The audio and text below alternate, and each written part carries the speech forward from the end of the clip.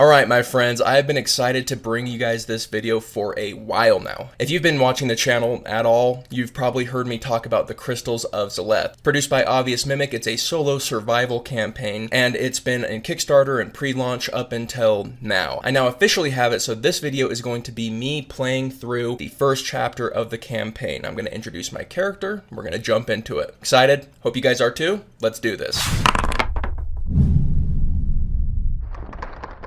A small logging town was running into a problem. As they were trying to chop down the trees in the forest, they were being attacked by a tribe of orcs living in the forest. So they got a militia together and they went out and attacked that forest orc tribe. That orc tribe was nearly completely wiped out until the Emerald Enclave responded. Sending in reinforcements, they stood down the militia, but most of the damage was already done. There was a small survivor though.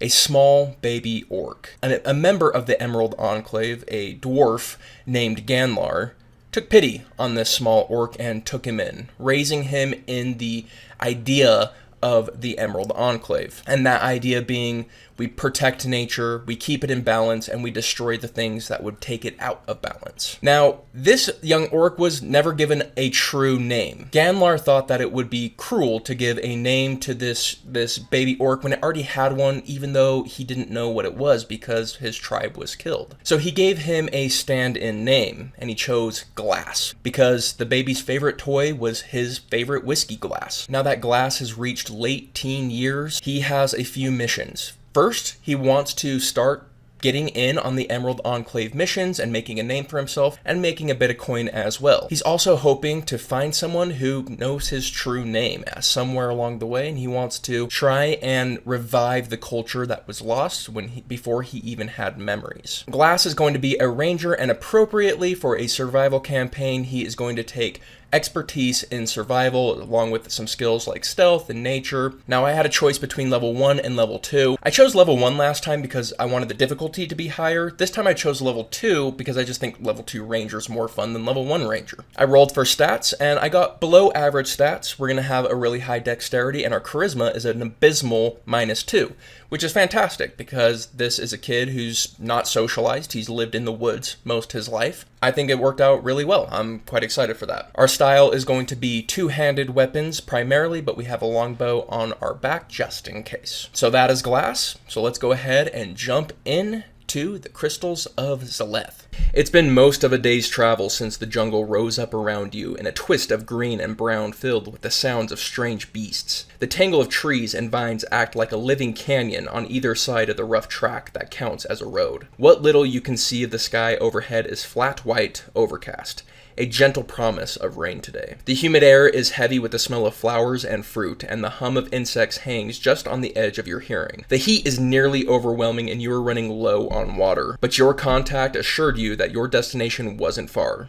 It's a relief knowing you'll not have to spend the night alone and in the open out here. As you force yourself through the air that seems to thicken with every step, you confirm once more that you have the map you've been hired to deliver, and that leads to the expedition you will join when you arrive. According to your contract, it's primarily a rescue mission following another team into the jungle. However, the understanding is that your group will also pick up where the last one failed in its search for a supposedly lost city of a powerful ancient civilization. With a healthy advance and an equal share of the treasure, all this discomfort may just be worth it in the end. Add 75 GP to your inventory. An especially loud trill calls out from somewhere among the trees and vines. You stop a moment and look for its source, but it's hopeless in all the dense, dark plant growth to either side. It's hard to even tell which direction it came from. Then you round a bend and see a collection of wagons. You've reached the expedition camp at last, but it seems that things may already be getting complicated. Go to page 74. A group of ragged and roguish explorers is ringed on all sides by a troop of lizard folk with spears. The spears' obsidian tips glint in the late afternoon light as they are leveled at what you can only assume is the expedition you're supposed to meet. A human woman is standing 2 paces in front of the rest of the expedition. Her hands are raised in surrender, but her voice is also raised in anger. "God's damn it," she shouts. "We have permission to be here. Do you understand me? We had a deal." One of the lizard folk wearing a ceremonial necklace of multicolored feathers lowers its spear tip slightly to address the woman in sibilant, labored common. "No deal. Go now. I'll go now." "No, no, no." The woman shakes her head in exasperation. "We need to get in there. We have people in there. The lizard folk makes some reptilian noises through gritted teeth and moves its spear tip from the woman to point at the jungle instead. Need nothing. More need not go in there. The woman takes a step forward and opens her mouth again, but the ring of spears tightens around her. She draws her mouth into a tight line, glancing in both directions. She notices you and cocks her head with curiosity for a moment. In the moment it takes her to collect herself, a bearded orc in spectacles lays a thick-fingered hand on her shoulder. If I may, he says without waiting for the reply. We are an academic expedition searching for the lost city of Zleth. There's a sharp intake of breath among the lizard folk, along with what sounds like hissed oaths. The spears point at him and he gulps as he adjusts his collar. Well, I suppose that... He looks nervously around himself, his eyes settle on the woman. So what do we do now? The tension ratchets up and seems to be reaching a breaking point. You can draw your weapon, go to 5. Try to address the lizard folk, go to 12. Or try to get more information from the expedition, go to 98. Here we have a decision. I'm going to give a little bit of my thoughts on each one. I think if we just draw weapons and go attack them, I get the impression these lizard folks aren't bad guys. They just have an angle we don't fully understand yet, so there's no way I'm going to attack them. The second option is talking to the lizard folk. I like that one. Because of the reasons I just said, I think they have the information that we're lacking, and then we can get more information from the expedition, but out of the two parties, I think the lizard folk have the more valuable information, and so does Glass. So we're going to go ahead and go to page 12. You turn to the lizard folk as a group, but your eyes fall on the leader with the multicolored feathers around its neck. With a dramatic clearing of your throat, all eyes turn towards you with expressions ranging from curious to hostile. You start with a greeting and introduce yourself as a member of the expedition. Hello, my name is Glass. I may be late, but I am here with this expedition to take care of them. When no one contradicts you, though there are some confused glances, you continue by asking what seems to be the problem here. When no one answers, you decide to try something else. So here I can either roll a charisma persuasion check. If you get 15 or more, go to 62. If you get less than 15, go to 43. We get to roll my amazing persuasion at a -2. Let's go ahead and do it. We got a 2. So that is definitely a failure. So we're going to go ahead and go over to 43. Your efforts are met with blank stares from both the expedition and the lizard folk threatening them. An awkward silence stretches for a beat before the woman speaking on the explorer's behalf looks back to the lizard folk leader. We are losing time, she says, and every minute we waste could be the difference between life and death for the first team. She draws a deep breath, cutting another look at you before continuing. So let me be very clear, the woman says firmly, and then points to the orc beside her. This is Gygar Garantham, a professor of antiquity of some renown, and I am Rija, a person of known renown, but leading this group to retrieve a missing expedition and complete their mission of discovery. The leader of the lizard folk opens his mouth to reply, but he's quickly cut off as Rija points at you. This is the last member of our team arriving with critical information. We are now ready to depart. As per our agreement, you will be providing us with safe passage and a guide, or will you refuse to honor that deal? Oh, and quickly please, says the orc identified as Gygar. We have much to do and little time in which to do it. Several of the lizard folk bare their teeth at Rija's brusqueness, and the leader holds his silence as he stares down the haft of his spear at her. One of the lizard folk behind Rija and Gygar lifts his spear and strides directly at the two of them. His eyes burn with intensity as they lock onto the expedition leadership. The other crew of the expedition are so focused on the spear tips in their own faces that they don't notice the movement, but you have enough time to act. Lethal force could hurt your new companions, so do you rush in and grapple the attacker? Go to 44. Use a spell or ability to subdue the attacker? Go to 102, or wait to see what happens. I'm going to go to 102. I have a grappling strike. I believe I can use it with my bow, so I think if I shoot my arrow, tangle them up, that's going to be my plan, so let's go ahead and try that. The group is packed tightly together, and you're reacting quickly to the lizard folks' advance. There's a very good chance you'll hit the expedition with any area effects. Roll your attack roll or a saving throw on behalf of the lizard folk as required by the spell or ability. If you successfully damage the advancing lizard folk with the spell or ability, go to 77. Or if you successfully use a spell or ability that can subdue the target without harming it, go to 41. However, if your action fails, go to 99. Or if you find you don't have any spells or abilities you can safely cast, you've missed your opportunity to take action, go to 24. So here's the deal. What I'm going to have to do is hit with an attack. That is my bow attack. And then I'm going to be casting Ensnaring Strike to try and tangle them up, so they're going to have to fail that saving throw as well. So I have 2 opportunities for losing out here, but we're going to go ahead and give it a try anyways. All right, here comes the attack roll. We roll an unfortunate 9. With an AC of 14, we completely whiff. I go to 99. Because my action failed. The advancing lizard folk shakes off your attempt, but he also pauses to look at you with a flat expression. You feel momentarily that you might be in danger and tense up, but he turns his attention quickly to Rija and Gygar. Still, he spares you the occasional glance to make sure you're not going to try something else. The lizard folk warrior positions himself directly in front of Rija and pats a clawed hand on his chest.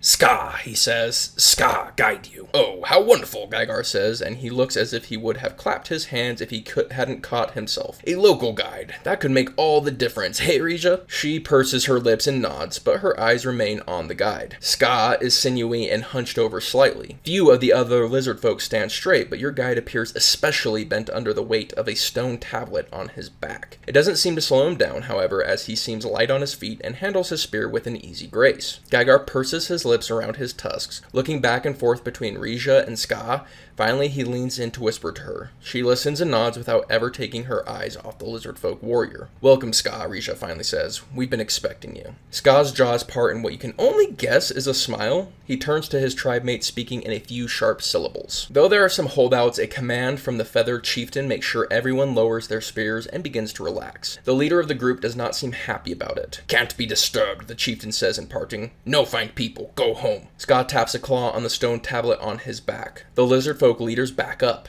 and making some deferential gestures. Eventually he turns and the other warriors fall into line behind him. The lizard folk all blend into the jungle, leaving just Ska with you. So that's it then, Rija says, and as she turns to you. And now we have you too. And the map? You present her with the map you've been assigned to deliver. Gygar scurries up to take it from you, rubbing his hands in glee. Ah, perfect, Gygar says, collecting the roll of oiled leather from you. This is the piece that was missing from the last team. We'll find the city for sure. The expedition, Rija says. We'll find the expedition for sure. He looks up at her, blinking. Yes, that's what I meant, of course. Rija glances after the lizard folk, who have already disappeared into the jungle. She draws a sharp breath and lets it out with a sigh. You better come with me, she says to you, and beckons towards the camp. Go to 52. Now that the lizard folk are gone, the crew of the expedition breathe a collective sigh of relief. Though they continue to glance at the edges of the jungle, they continue about their tasks setting up camp. With a grin straining at the edge of his mouth, Gygar takes the map you've brought into a covered wagon. Rija oversees the crew's efforts, tossing out casual orders and even the occasional good-natured insult as she shows you through camp. Thank you for delivering the map, she says. She continues, though you can't tell how sincere she is. And for your help with the lizard folk. She gestures at a patch of damp earth next to a fire pit that's already been set up. Here's where you'll be tonight. As we travel, find a spot near the fire. You won't need it for the heat, but you'll be thankful for the smoke when the mosquitoes come out. You thank her, and she nods. You'll get breakfast and supper with the expedition, she says, pointing at a pot hanging over the unlit fire. Then she hooks a thumb to a collection of crates and barrels. We have enough food and fresh water to last us weeks in the jungle as long as we stick close to the roads, and the equipment for a base camp if we have to blaze our own trail from there. You let her know that you understand, and she nods again, though possibly more curtly. Now this is where most people would ask if you have any questions, but I honestly can't be bothered. We wake up at dawn, and tomorrow you'll be coming with me to scout ahead. If you need anything, ask someone else. Clearly, your orientation has come to an end.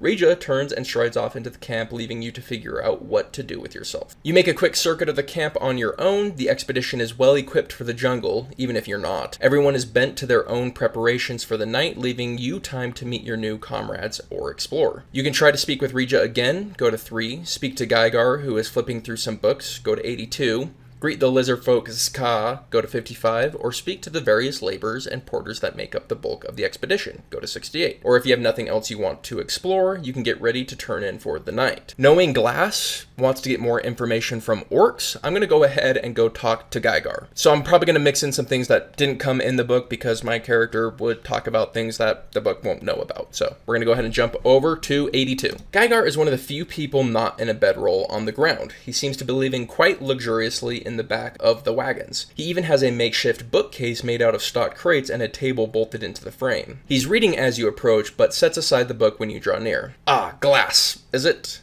What a delight. Quite the to-do with the lizard folk. Well, never mind all that. Come take a look at this.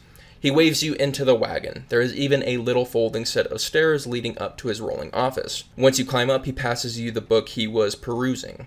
You see that it's his own notebook, including scraps of paper from other documents. The scrap he's pointing to has lines of glyphs running down the paper alongside some sketches of odd-looking animals. Roll an intelligence history check. If you get 15 or more, go to 64. If you roll under 15, go to 25. All right. History, not my strong suit here. But let's see if we get lucky. Natural 20. So yeah, we get lucky. You dig deep into your knowledge of ancient world and successfully decode some of the glyphs. They seem to be notes or messages to indicate a corruption that has affected the waters, fruits, and flesh of the land. You tell your findings to Gygar and he slaps his forehead. Egad, you're right, he says. How could I not have seen this sooner? Thank you so much, Glass. You're welcome. Luckily, some of the training under the Emerald Enclave had to do with some glyph reading, so we're in luck today. Of course, and he points out a note that appears to be much more recent. See these symbols, he says, tapping a finger on a few of the characters. This is the word Zleth. It tells us that the book will be a valuable resource to us. Very valuable. Gygar turns his attention back to his book, and awkward silence stretches on unbroken. So you eventually just leave the scholar to his work and continue on with the beginning of your evening. So even though the book tells me that, I'm going to retcon a little bit and bring up my tribe. Gygar, have you ever heard of the Forest Skull tribe? I can't say that I have. My studies typically revolve more around the Zleth mystery. Well, if you ever come across anything in your research, will you be sure to reach out to me? I have a personal interest. He hesitates, but eventually says, sure, yeah, I could do that for you. And with that, the silence gets awkward, and Glass decides to leave. If you haven't done so yet, you can try to speak to Regia, go to 3, approach Ska, go to 55, or speak to the rest of the crew. I get the feeling Regia doesn't necessarily much want to talk to me, so I'm going to go ahead and go talk to Ska. You approach Ska where he's sitting alone. The lizardfolk warrior shows no interest in talking with you as he eats a large hunk of raw and not very fresh meat of unknown provenance. The tablet he was carrying on his back now rests on the ground beside him, and he is giving it his full attention. As he tears and gnaws at his meal gripped in one hand, his other hand is tapping along lines of text in an alphabet you cannot read. Roll a DC 15 Wisdom Insight check.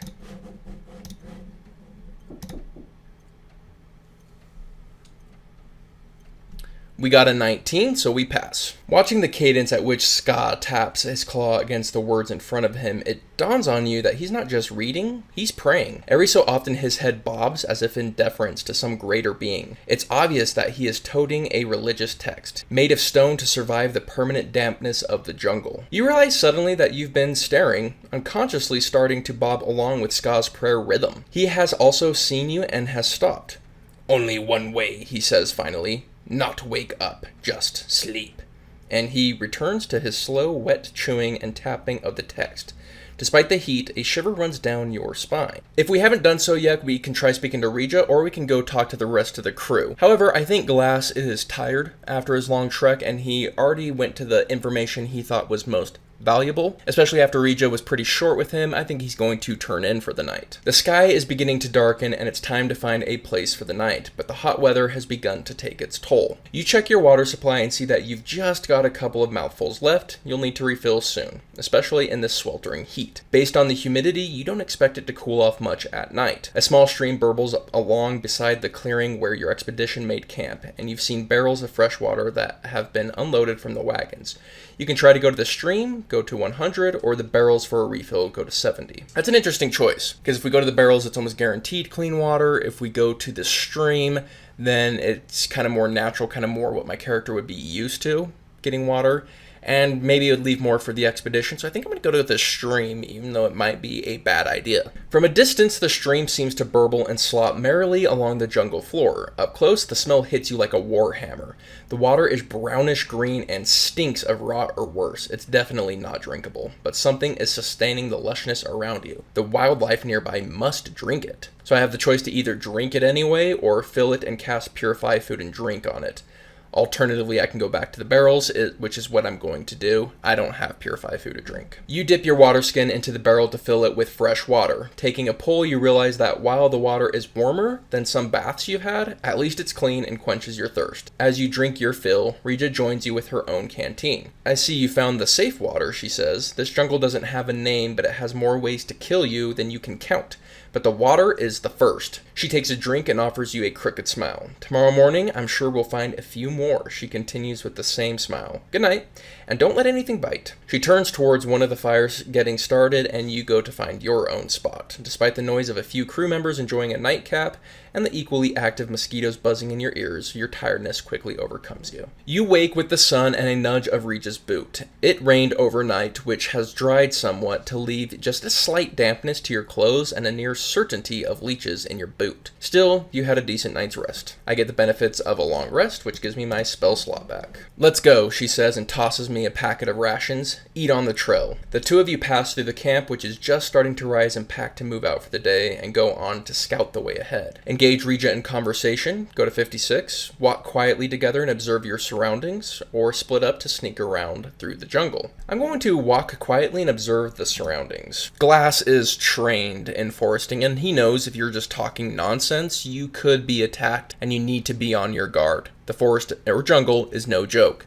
So that's the choice. You and Rija walk in silence, though she seems to prefer it that way. You both scan the trees on either side of the jungle's closest equivalent to a road. The wide path you're on is at least passable with the wagons. But Rija catches your eye with a nod, then hooks a thumb towards the trees. You nod back and you push your way into the thick undergrowth with her. I get a roll a wisdom survival check, which is a specialty of mine. Rocking a 23, I feel pretty good about it. Looking around, you see that this unnamed jungle is extraordinarily thick, but despite that fact, it does not appear to be healthy growth. A palpable corruption hangs in the air. A heady mixture of sickly sweet overabundance with a thick undertone of rot. Tree trunks twist and bend as if avoiding the light. The vines that you'd normally expect to be hanging from the canopy loop around trees in a strangling grip. An unidentifiable mass of fur and rotting flesh is bound to the ground at one point, held in a mass of thorny growth you've never seen before that sprouts jagged flowers the color of blood. Even the birds seem different. You hear no birdsong, none of the tweets or trills you'd expect in such dense vegetation. There are only sharp caws and almost human shrieks of creatures somewhere up in the canopy. Everything you see lives without thriving, but there seems to be a source to the corruption.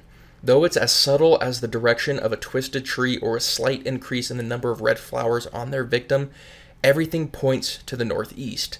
It's unclear if Rija sees the same thing you do, but she also seems to glance to the northeast at least once. Right now I get to make a perception check, so let's go ahead and roll our perception. Natural 20. Thumber Chad is happy. As you are looking around you, you see a long serpentine form in the branches overhead just before it drops towards you. Roll a dexterity saving throw. If you get 8 or more, go to 4. If you get less than 8, go to 50. So we have a...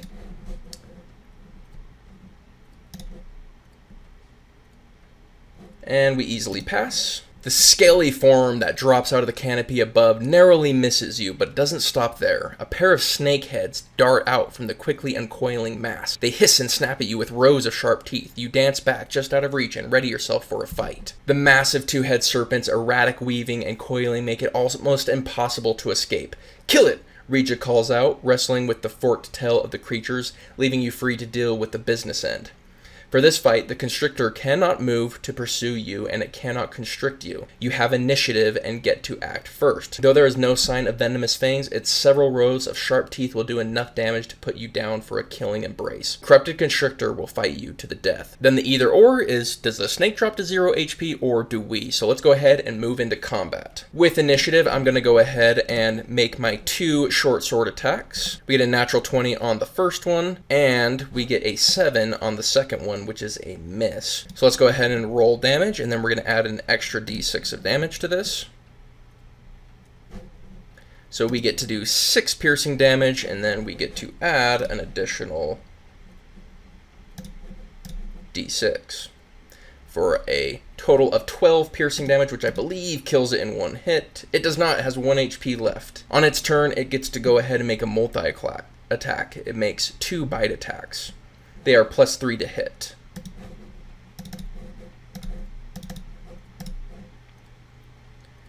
It gets a 17 and a 9, so one of them does hit, and it does a d4 +1 for a total of 3 points of damage. On my turn, I get to make my 2 short sword attacks once again. If either of these hit, we're going to call it good.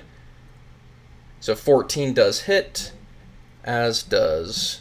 that was the only one. So I do hit it, and it does die. You finally put the enormous snake down. It spasms one last time, both heads flopping, then lies still. You and Regis stand at either end of the defeated monster, catching your breath. "We need to bring this back to camp," Regis says through gulps of air. "Maybe Geigar can make sense of it." Yeah, seems like a good idea. There are a couple of ways that you can think to deal with the surprisingly large creature. I can either carry the whole snake or dissect certain parts of interest. I think dissecting makes more sense, otherwise it can be exhausting. And my character's not strength-based. He's more wisdom survival-based, so I think it makes more sense. You say that you want to dissect the snake and remove certain oddities for easy transport. Rija offers you an extremely sharp knife from a toolkit on her belt, and you go to work. I get to roll in a nature or a medicine survival check. So I get to choose between nature, medicine, or survival check, and it's a DC 12. I'm of course going to go with survival, as that is my expertise. Ooh, I think we just made it with a 12.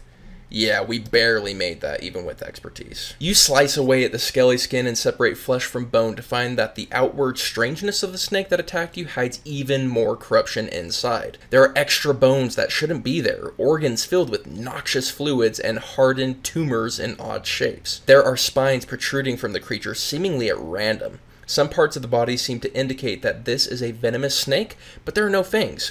It has an odd musky odor that you'd expect from a mammal's scent gland, and even what appears to be an unused gill slit behind its head. Oddest of all, you find a faintly blue crystal in the creature's chest. It seems like an inert piece of stone except for the faintest glimmer of light inside it. Rija seems especially interested in this stone, and it is similar to those she wears in her bandolier, though this one's glow isn't as apparent. After examining it, she hands it back to you. This could be worth a little something when you get back to civilization. Add 1 dull blue crystal to your inventory, it is worth 10 GP. Together with Rija, you pack up the samples and head back to camp, leaving the rest of the bizarre animal for the jungle to consume. When you arrive at the camp, you and Rija immediately head to Geigar's wagon. His bleary eyes grow excited when you show him what you've collected. "Truly, Glass, you have many talents," he says to you. "I must take these for study." Geigar takes the gruesome samples from you and starts back towards his wagon. Rija moves to follow, but Geigar holds up an imperious hand. "Alone, if you please, Rija," he says. "These deserve my full attention, but thank you so much." The steps going up to the wagon creak as he gets to work. You've eaten and the sun has set by the time Geigar emerges from his wagon. He finds you with a sheepish smile, but he has little to add to your findings. "Your work today was exemplary, Glass," he says. "Really couldn't have done better myself, and I have nothing to add. But look here." He produces the same rolled leather case containing the map you delivered to the expedition yesterday. Geigar hands you the map that you delivered. It's untidily sticking out of its case, and it seems like there are some new creases in the document when you unfurl it. The map seems to have been passed through many hands, each person leaving a note or an addition. Roll an intelligence investigation check, DC 10.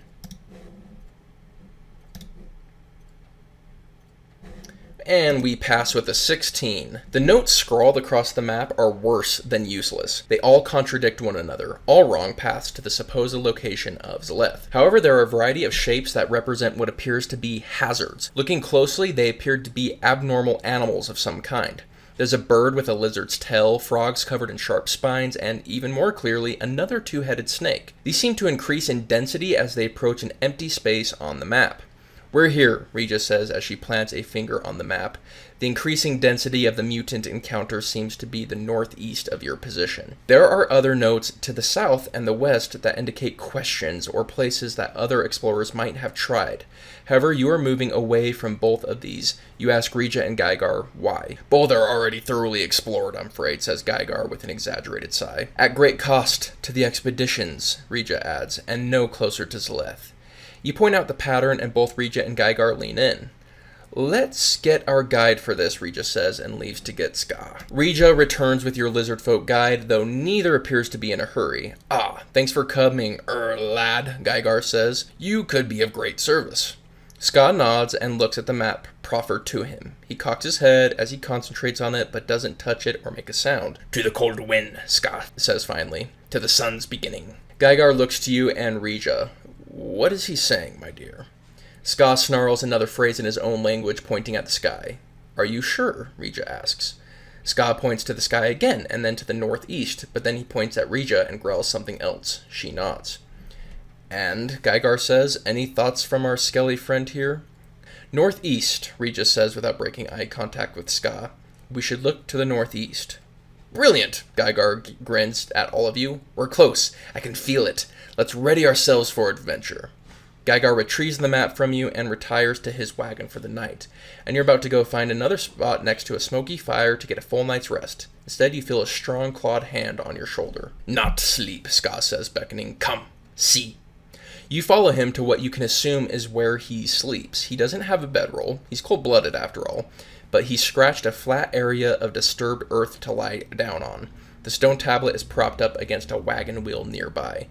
Show you, the lizard folk says. Great wisdom. Old things. Things in the dark know us. We not know them. This is best. Ska gestures you towards his tablet. He starts tapping and reciting what he taps. It's a complex text, so foreign to you that you can't even tell where one word begins and another ends.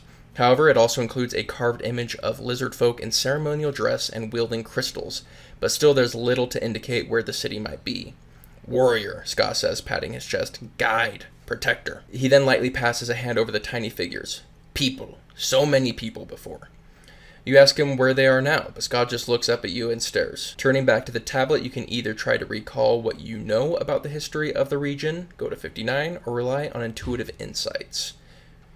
I'm going to go ahead and rely on my intuition here. Though you're not confident in your knowledge on the subject, there's a clear indications of civilized society here. There must be insights in this depiction that you can identify. Roll an insight check. It's going to be DC 15. Natural 20. Holy crap, that's 3 natural 20s. Hey there, Thumber Chad. Though you don't recognize anything on the tablet, you are able to surmise that this is an advanced civilization with access to great power. That power seems to be housed in crystals, which would likely grow underground more easily than above ground. Ska nods sagely. Very big. Very under. Ska, go. Take you. You nod and thank Ska for showing you his tablet. He bids you a polite, if strangely chilly, good night, as he turns away from you to settle into his patch of softened earth to recite from his tablet. Strangely soothing, the hissing mantra makes you drowsy as well. You return to your own bedroll by the smoking fire and hope for a good night's rest. I get the benefits of a long rest once again. Rija does not wake you for the following day, and you are only roused by the clamor of the rest of the crew starting their day. After asking around, you discover that she and Ska went out, just the two of them, scouting a route to the northeast. But the boss lady left you instructions, says one wagon driver as he salts leeches on a horse's leg. You need to stay behind and help Gygar with the map. You've been out in the jungle now, maybe you can help him. You thank him and he turns back to his task, which he seems to be enjoying a little too much. You collect a couple of wrapped parcels of rations and make your way towards the scholar's wagon. You knock and he pokes his head out, brow furrowed in annoyance until he sees you. Ah, Glass. Such a lovely surprise. I take it Rija has assigned you to me today? She sure did. Wonderful. I could use your help, he says, turning away to rummage through his desk. Come in and take this, if you please. He presents you with a carved obsidian amulet. It appears to depict some kind of dragon or serpent, but in its detail you can see that it has no scales, but feathers. Huge feathered wings round out the piece of jewelry. Despite it being carved out of black volcanic glass here, you wonder what this creature might look like in living color. Hold this please, Gygar says, and we'll begin. You reach out and grasp the amulet. As soon as you grip the amulet, a force gathers in the artifact and rushes into your mind. Roll a wisdom saving throw DC 10. That's a pass. The unexpected jolt hits you as soon as you grasp the artifact. However, you resist the powerful surge of energy that is accompanied by a rush of sights and sounds and smells. You're aware you're not present in the scene unfolding before you, but only barely. You see the jungle and a mountain that juts up from among the trees, pushing the carpeted vegetation higher. The sun rises unnaturally fast to your right, and in a flash the scene changes. You get a bird's eye view of a huge crowd of lizard folk engaged in considerable pomp and pageantry around some ceremonial being held among intricately carved stonework. You hear a reedy chorus of strange instruments and a growling, rumbling choir. A dais bears several stone thrones, each holding a wizened reptilian brandishing a glowing crystal aloft. Each is dressed in elaborate robes of colorful feathers and jeweled bands. The scene is well lit, but glowing crystals dot stone posts and cap pyramids, so it's impossible to tell the time of day. The sky seems too still. A ceiling, maybe? Your view passes over the crowd of common people. Also, the all lizard folk decked out in colorful feathers, jade ornaments, and holding smaller crystals aloft in a sparkling sea of rapture. The vision fades to darkness, the points of light being the last to disappear, and you become aware of your actual surroundings again. The inside of Gygar's wagon comes into focus, the nervous academic wringing his hands. So,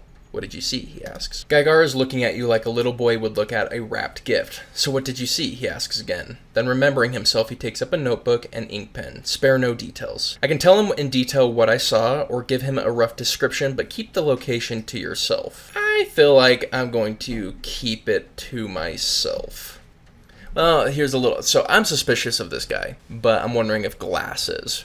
I feel like Glass might trust him more because he's an orc and feel indebted to him because he might give him some information. So I'm going to go ahead and tell him in detail what I saw. You give Gygar all the details, including the volume of lizard folk participating in the ritual and the ceiling. He gets excited and starts talking about the city either being underground or in some huge structure. Interesting, he says. I saw something similar, of course, but only once we arrived in the jungle. But the common crew members saw nothing. Most simply felt ill. One even vomited right where you're standing.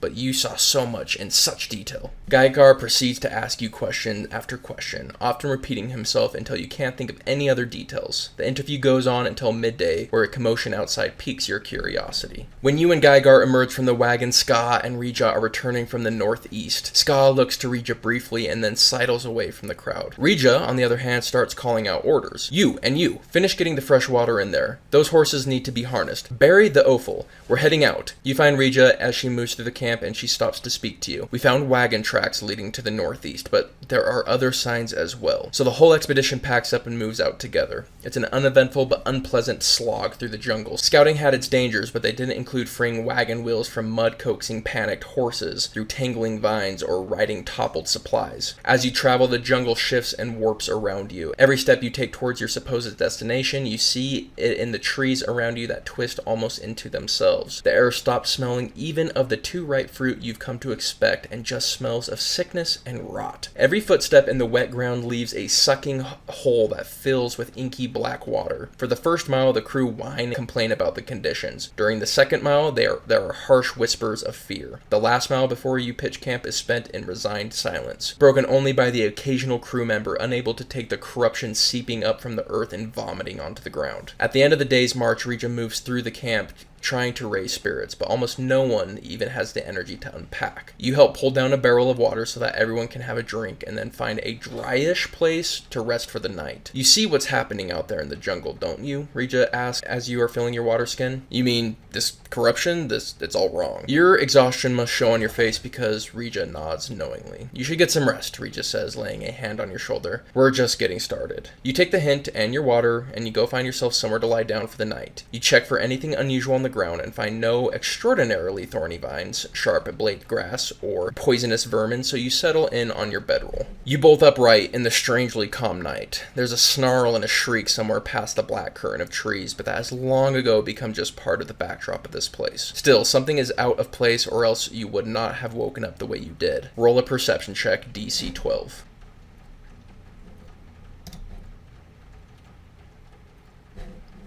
That is a failure. You think you see motion just past the nearby tree line, but then a hissing band of lizard folk charge into camp from the other direction. They spread through the camp like wildfire, kicking people away and prodding with spears, but they don't seem to have noticed you yet. I can use a spell or magic ability to avoid detection. I can engage one of the lizard folk in battle, or stealthily try to escape the camp before you're spotted. So I get to either try and fight, I get to try and hide, or I can escape via magical means. I think I'm gonna go fight. The lizard folk that approaches you readies a club, reinforced with a twisted bone, likely originating on a strange mutation of a local beast. Other lizard folk are harassing the rest of the expedition members. So here is another who goes to 0 first, and that decides, or at any time I can run away into the jungle. Alright, so we're rocking. Let's go ahead and go do initiative. This roll will be mine. And this roll will be the lizard folks, who is likely going to win because I got a 6. Absolutely they win. So the lizard folk is going to start it, and he's going to make a club attack. This is a +4 to hit, and does 1d4 plus 2 damage.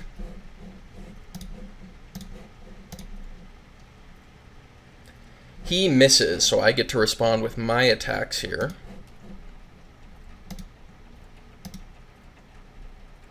First one's a miss, and second one is also a miss, so we are just whiffing each other. His turn again. Miss. Miss. There we go, there's a hit. I gotta finally roll some damage. Alright, we rolled max damage, so I get to do 9 damage to the lizard folk, who has 11 health. So, his attack, if I hit him again, he's going to go down. That one misses me.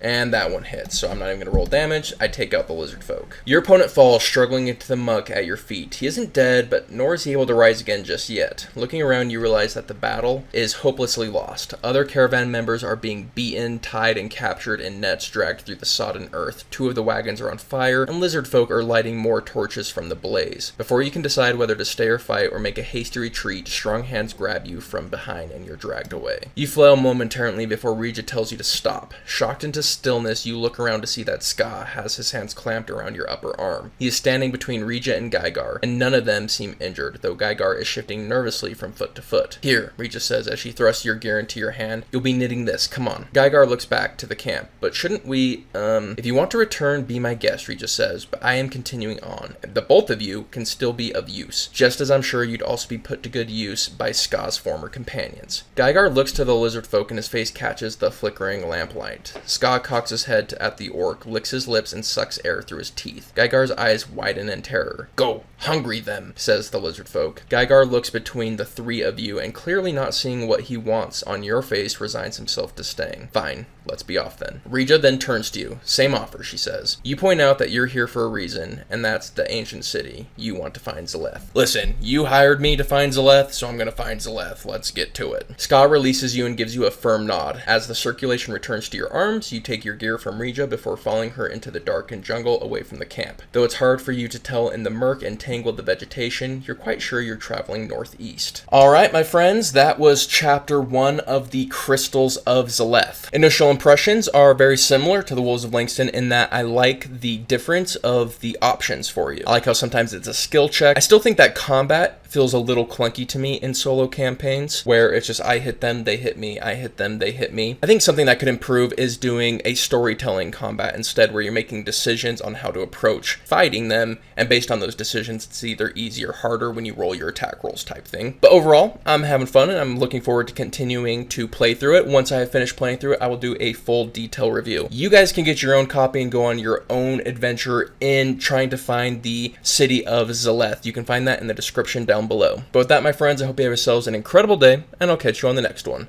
Peace.